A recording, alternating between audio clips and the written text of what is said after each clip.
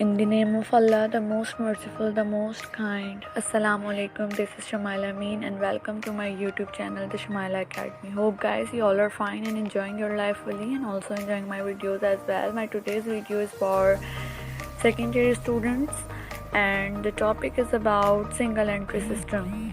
As you know that the first topic in second year commerce accounting book is about single entry system. You have learned about double entry system in class first year. So आज हम बात करेंगे single entry system की. Single entry system कोई ऐसा system नहीं है जिसे सीखा जाए. ओके ये एक बहुत ही आसान तरीका है या समझ लें आप एक ऐसा वे है कि जिसमें अकाउंटिंग की इंफॉर्मेशन आपको अगर नहीं भी है तो आप इसके ज़रिए अपना प्रॉफिट या लॉस कैलकुलेट कर सकते हैं. और आज इस वीडियो में हम यही देखेंगे. तो होप्स हो के गाइस आपको वीडियो पसंद आएगी और सेकेंड ईयर के स्टूडेंट्स के लिए ये वीडियो बहुत ही बेनिफिशियल होगी. अब अगर मैं अकाउंटिंग सिस्टम्स की बात करूं तो as you know that accounting system 3 types के होते हैं, जिसमें नंबर 1 पे आता है डबल एंट्री सिस्टम, जो एक एक्चुअल सिस्टम है जिनको तमाम अकाउंटेंट्स को फॉलो करना होता है. जिस सिस्टम को वो है डबल एंट्री सिस्टम.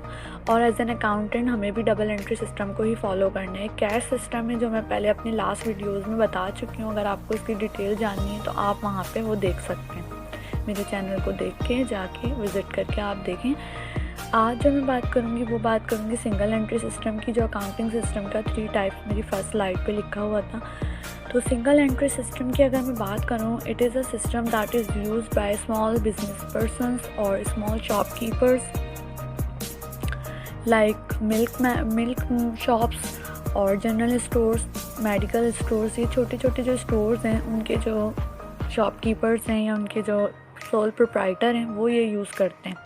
और ये कोई सीखने वाला सिस्टम नहीं है. ये बाय बर्थ सबको पता है ये बात कि हमारा एक्सपेंसेस और ये चीज़ें जब हम कैलकुलेट कर लेते हैं एसेट्स और लायबिलिटीज़ को तो हमारे पास प्रॉफिट आ जाता है. अब आज मैं एक एग्जांपल शेयर करूँगी जिसके थ्रू आपको समझाने की कोशिश करूँगी. एक जनरल स्टोर की एग्जांपल लेते हैं और वो जनरल स्टोर जो है वो एक ऐसे बंदे का है जो अकाउंटिंग की बिल्कुल इन्फॉर्मेशन नहीं रखता. लेकिन जब वो बैंक के पास गया लोन लेने के लिए, उसने कोई अकाउंट्स मेंटेन नहीं किए हुए थे, लेकिन बैंक ने उसे कहा मुझे प्रॉपर अकाउंट्स ला कर दो. तो वो मेरे पास आया और मैं जब उसके पास इंस्पेक्शन के लिए गई उसकी दुकान में, तो मैंने उससे कुछ सवालात किए जिसमें मैंने उससे पूछा कि ये बिल्डिंग, ये दुकान तुम्हारी अपनी है या रेंट की है. तो उसने कहा नहीं, ये मैंने लास्ट ईयर ही ली थी तो ये 4 लाख रुपीज़ की ली. मैंने वो नोट डाउन कर लिया. फिर फर्नीचर का सवाल किया कि फ़र्नीचर कितने का होगा तकरीबन, तो उसने 1 लाख रुपीज़ बताया. फर्नीचर लिख दिया मैंने. इसी तरह एक फ्रिज उसकी दुकान में नज़र आया तो मैंने उससे पूछा ये फ्रिज कितने का लिया, तो उसने कहा ये 20,000 का मैंने सेकेंड हैंड लिया था. इसी तरह से मैंने उससे कहा कि और कोई डेटा, तो उसने कहा हाँ मेरे पास एक डायरी है जिसमें से उसके सारे कस्टमर्स के उधार का डिटेल मैंने डेटर्स में लिख दिया और क्रेडिटर्स की साइड पे मैंने उसके जो जिनको उसे देना था उसके सप्लायर्स की डिटेल 10,000 आ गई. इसी तरह उसका कैश जब गिना तो 10,000 दुकान में मौजूद था और उसका स्टॉक जितना दुकान में लगा हुआ था उसने खुद बताया कि 50,000 का होगा लगभग. इसी तरह सवाल जवाबों में मैं उससे इन्फॉर्मेशन लेती रही. उसने लोन भी लिया हुआ था. एक उसने बताया 2 लाख रुपीज़ का लोन है और एक बिल नहीं पे किया उसने, वो उसकी अमाउंट मैंने डाल दी 4,000, वहाँ पे 5,000. इस तरह से एक बैलेंस शीट उसकी तैयार मैंने की वहाँ पे जब उसको कैपिटल नहीं पता था. एसेट्स में से लायबिलिटीज़ माइनस करके वहाँ कैपिटल लिख दिया 3,79,000. इसी तरीके से फिर मैं 1 साल बाद मैंने उससे कहा मैं तुम्हारी दुकान पे आऊँगी, इंस्पेक्शन करूँगी और मैंने ये दोबारा से बैलेंस शीट एक तैयार की जिसमें से बिल्डिंग, फर्नीचर और फ्रिज का डेप्रिसिएशन कट गया.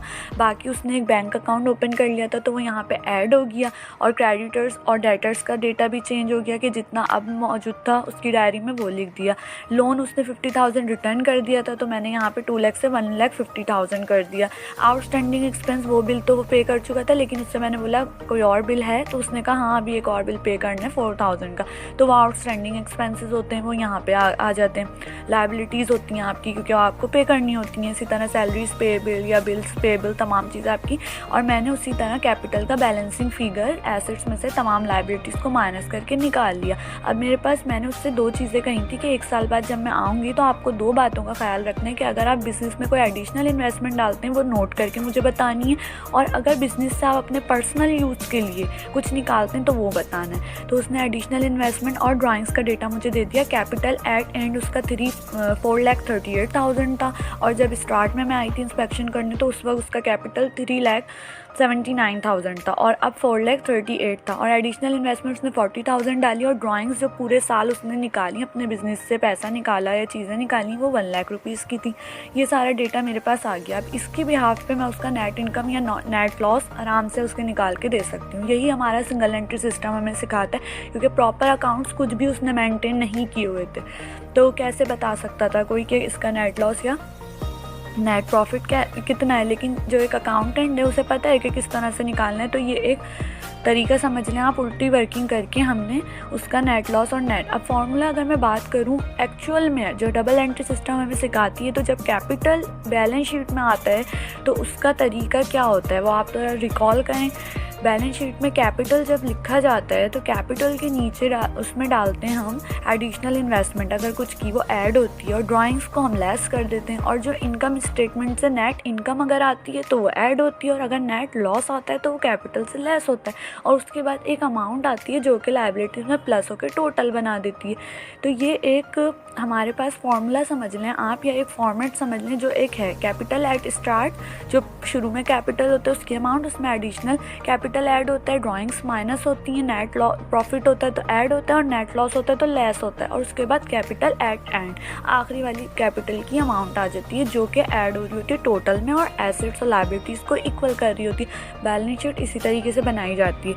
अब अगर मैं बात करूँ इसी फॉर्मूले को यूज़ करते हुए नेट लॉस या नेट प्रॉफिट हम निकाल सकते हैं, तो बिल्कुल निकाल सकते हैं। नेट प्रॉफिट को अगर मैं इस तरफ ले आऊँगी तो कैपिटल एट एंड, और तमाम चीज़ें उस तरफ जब इक्वेशन के जाएंगी तो उनके साइन आपको पता है अपोजिट साइन के साथ जाएंगी। कैपिटल एट एंड में से माइनस कर दें कैपिटल एट स्टार्ट, और एडिशनल इन्वेस्टमेंट को भी माइनस कर दें, और ड्राइंग्स को ऐड कर दें। तो इससे आपको पता है अगर पॉजिटिव बैलेंस है तो नेट प्रॉफिट है, और अगर इसका जो आंसर आ रहा है वो नेगेटिव में चला जा रहा है तो ये इट मीन्स कि आपका लॉस है। अब अगर मैं इस एग्जांपल को जो मैंने आपको समझाया उसमें लूँ तो कैपिटल एट एंड 4,38,000 था, जबकि कैपिटल स्टार्ट में 3,79,000 था, और एडिशनल इन्वेस्टमेंट उसने 40,000 की थी, जबकि ड्राइंग्स उसने 1 लाख की थी उस शॉपकीपर ने, जनरल स्टोर वाले सोल प्रोप्राइटर ने। और जब मैंने इन सबको प्लस माइनस किया तो मेरे पास एक अमाउंट निकला जो पॉजिटिव था 1,19,000। इट मीन्स कि ये नेट प्रॉफिट है और नेट इनकम है।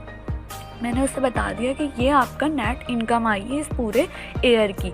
इसी तरीके से यही फार्मूला आप आराम से यूज़ कर सकते हैं किसी भी स्मॉल शॉपकीपर या स्मॉल स्केल के बिजनेस पर्सन की नेट प्रॉफिट या नेट लॉस या उसकी प्रॉफिटेबिलिटी को जज करने के लिए, निकालने के लिए। अब सिंगल एंट्री सिस्टम का ये एक पार्ट मैंने आज समझा दिया इस वीडियो में। अब सेकेंड पार्ट इसका जो है वो conversion of single entry to double entry, मतलब कि पहले तो हमने नेट प्रॉफिट निकाला, एक पार्ट इसका ये जो आज मैंने सिखाया इस स्टोरी के जरिए आपको, और नेक्स्ट पार्ट इंशाल्लाह नेक्स्ट वीडियो में आएगा।